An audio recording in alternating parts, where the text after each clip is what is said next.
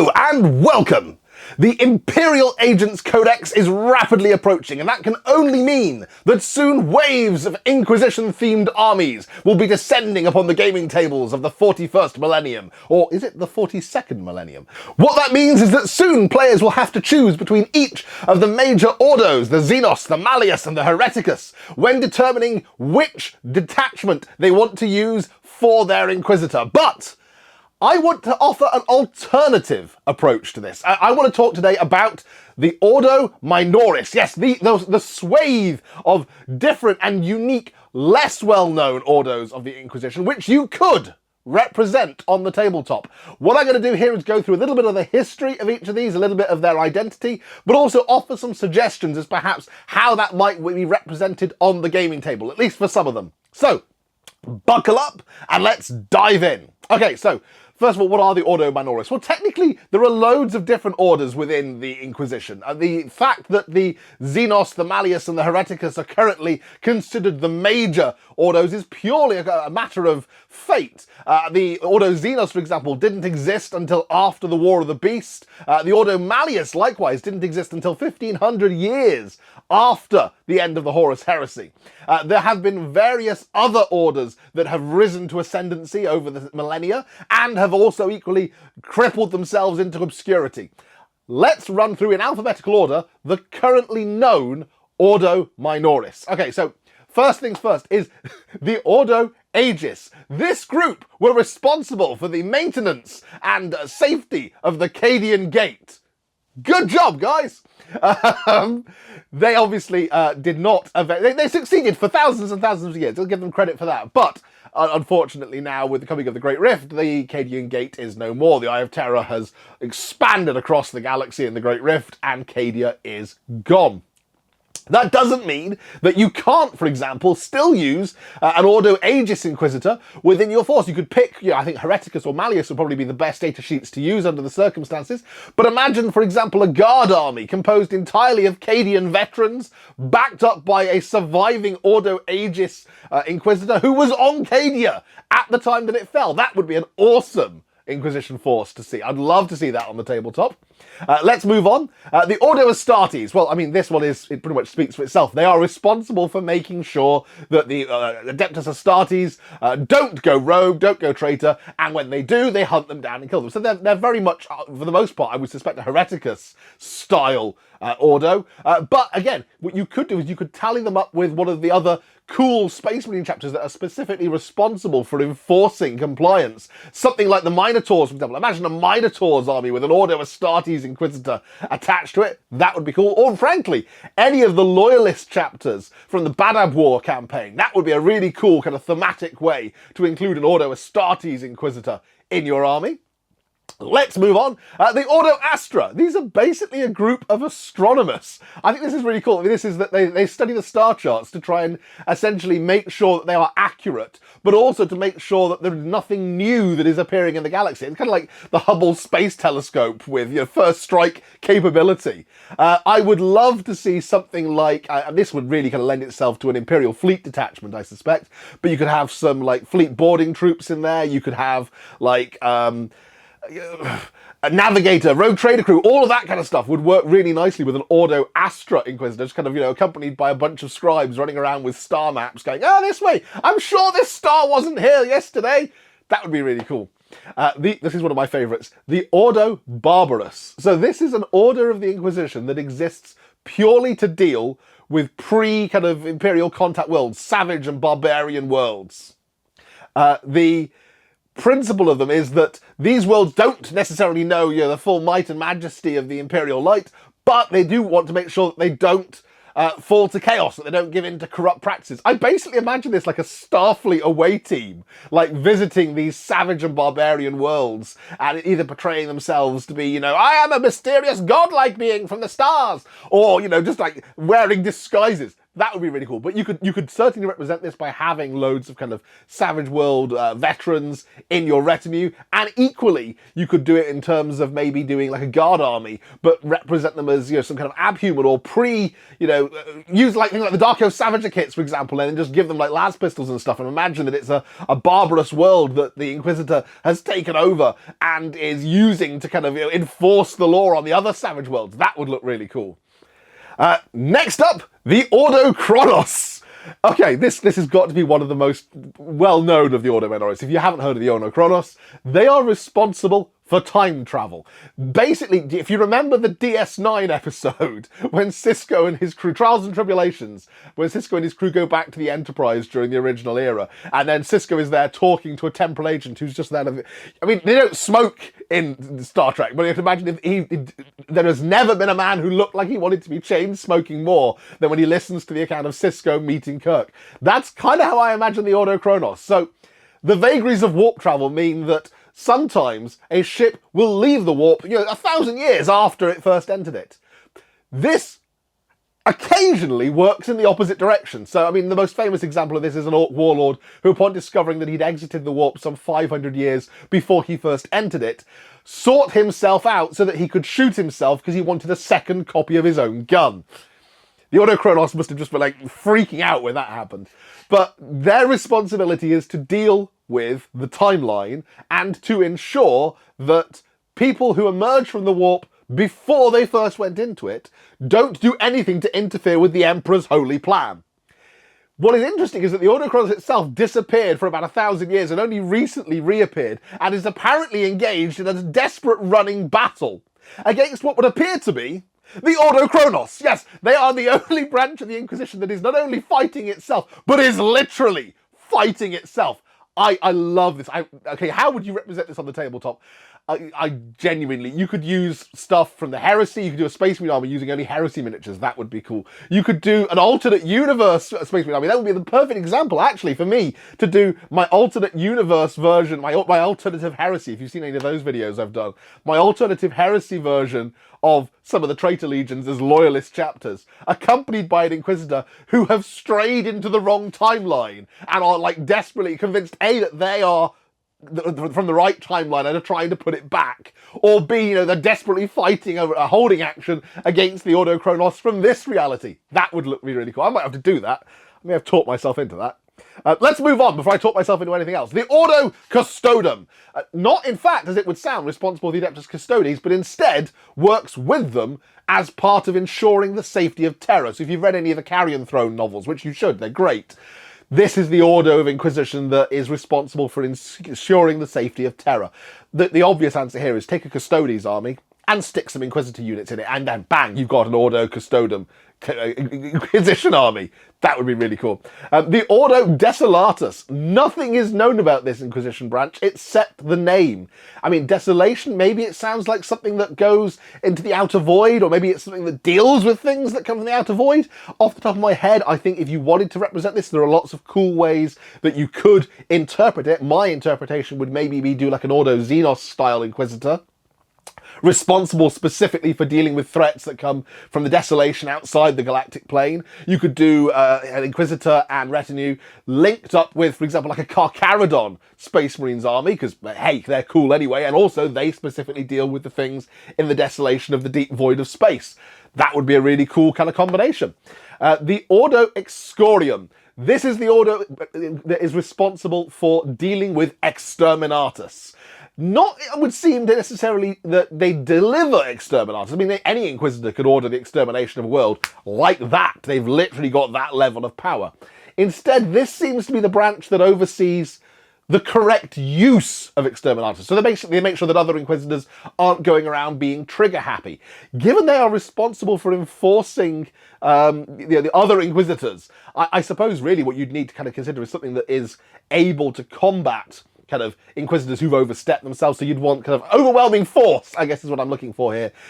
So, I mean, off the top of my head, I think it's some kind of Arbites force, maybe backed up with all 4 of the assassins, because when you think overwhelming force, you tend to think the Ordo Assassinorum, at least I do.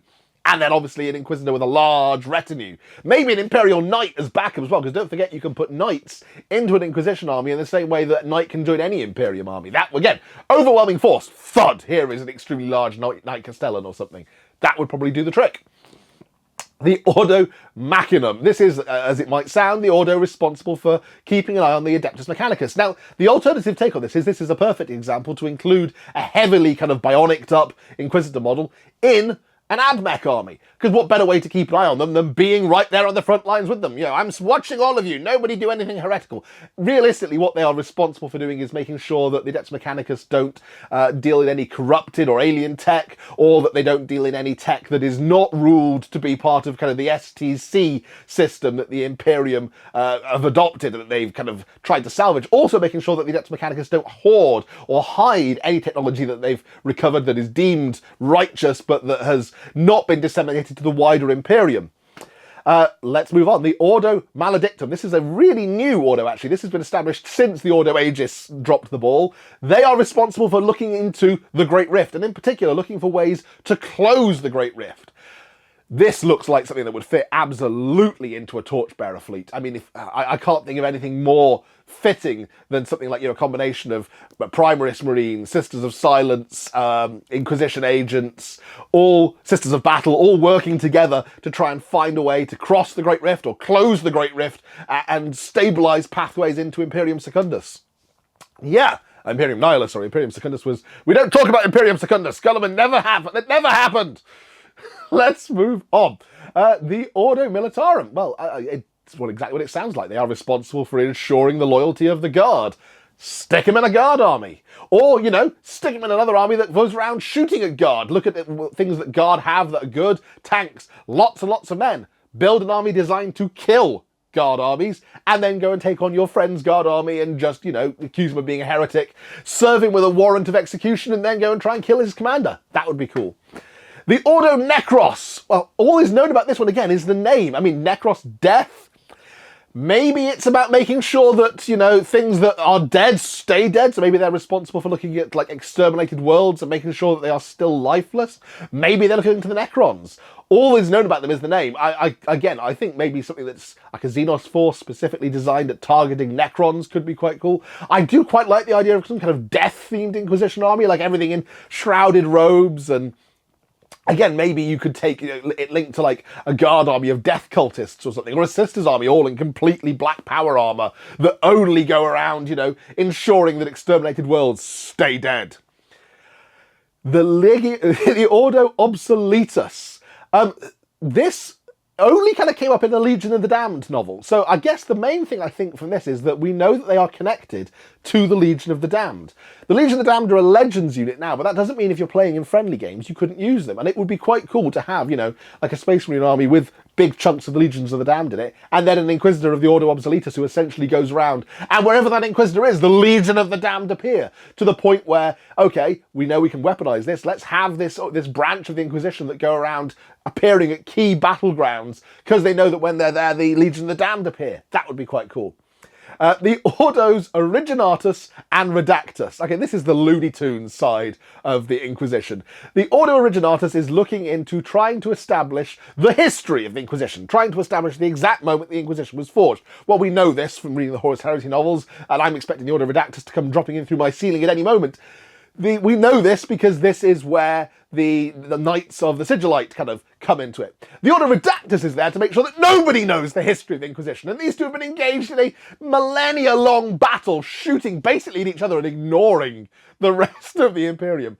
If you've got a friend who plays the Inquisition, then maybe the two of you could both just, like, one of you take the Ordo Originatus as your Minoris, one of you take the Ordo Redactus, and just keep shooting each other. And, you know, whoever wins, that ensures that the history of the Inquisition is known or is forever forgotten.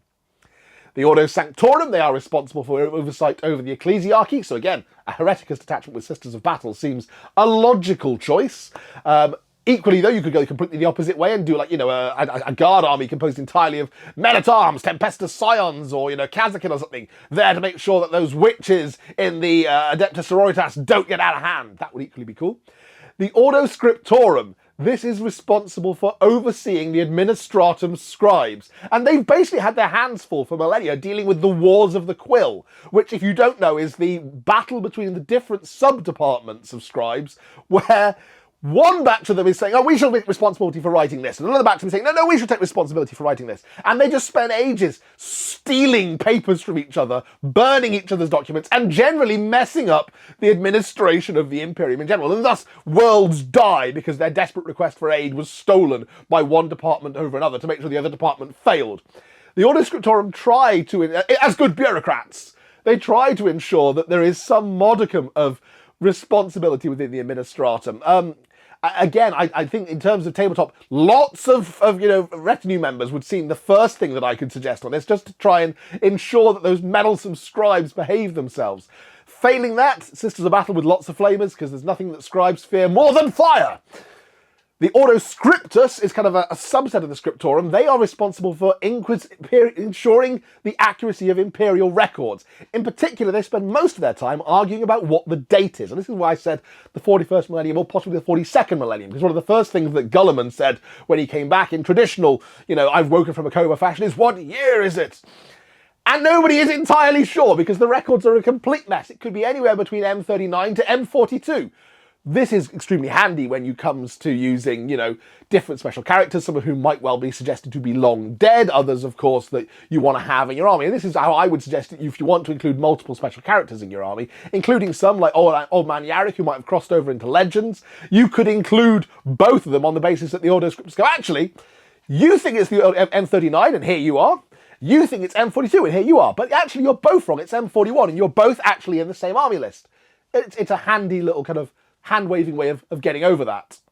We are nearing the end here now. The Ordo Senatorum are responsible for oversight over the High Lords of Terror themselves. Again, the most notable High Lord of Terror, of course, that we see on the battlefield is the head of the Sisters of Battle, the head of the Custodes, and of course, Robert Gulliman himself. If you were using any of those special characters in your army, then it would seem and I've got the, I can't remember her name, but the head of the Sisters of Battle Order, Morvenval.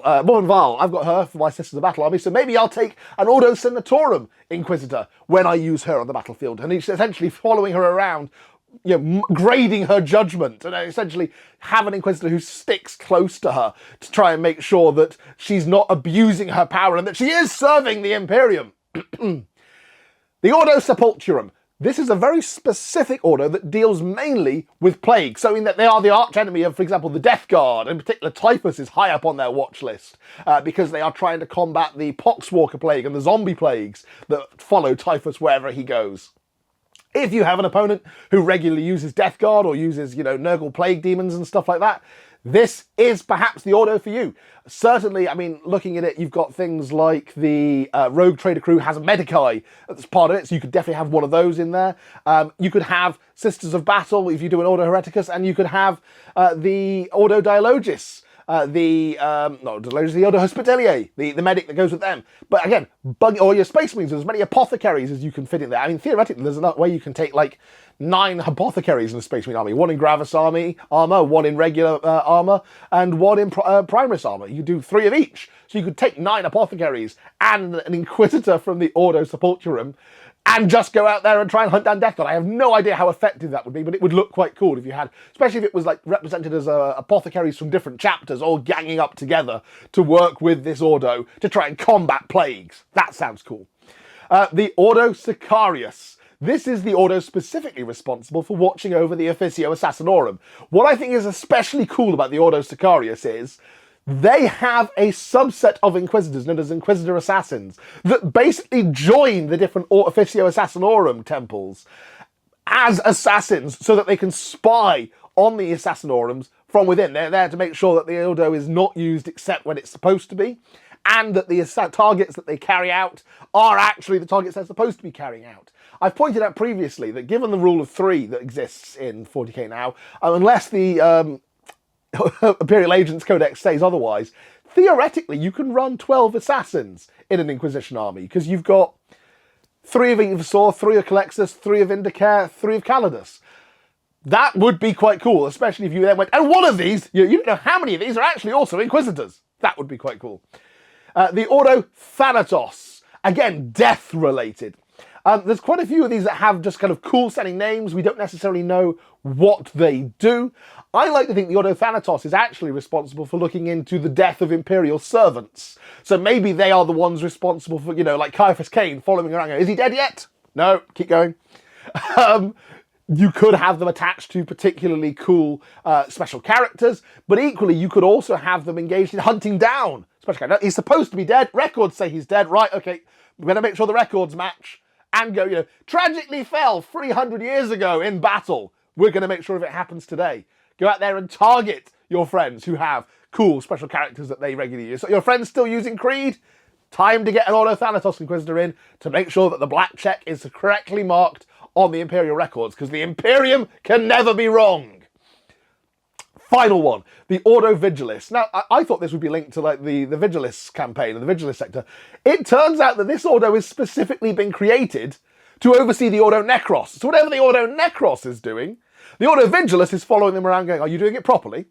Again, this seems just rife for the potential for conflict in terms of perhaps if you've got a friend who's regularly playing the Inquisition, one of you set up as the Ordo Necros, one of you set up as the Ordo Vigilis. You're not doing it right. How dare you? And war, there we go. My point is this, there are lots of really cool sub-ordos within the Inquisition. I hope a load of this kind of background material makes its way into the Imperial Agents Codex. In fact, what I'd love to see is to see more new ordos featured in the Imperial Agents Codex. And perhaps if they do, when I get my hands on a copy, I'll do another of these videos talking about those as well. But my point is this, just because the Inquisition is regularly represented as the Xenos, the Malleus, and the Hereticus major ordos, doesn't mean that your army has to just be straight out of the box portrayed like that. There is so much scope for different and cool narrative ways to play the Inquisition. And I would love to hear your thoughts in the comments down below about what kind of ideas you might have had about how you might play some of these orders, or if you already play them. That would be even cooler. Please, you know, let me know in the comments down below. In the meantime, thank you very much for watching. I'm going to put this little begging thing in here again. I am nearly at 2,000 subscribers, and I would love to hit 2,000 before the end of the summer. So if you are not already a subscriber, please do me a favour. It doesn't take much of your time. Click on the subscribe button, click notifications. That way you won't miss anything else that I've got coming in the future. Right, well, thank you very much for watching, everyone. I hope you've enjoyed this video. As ever, I will catch you next time. Bye for now.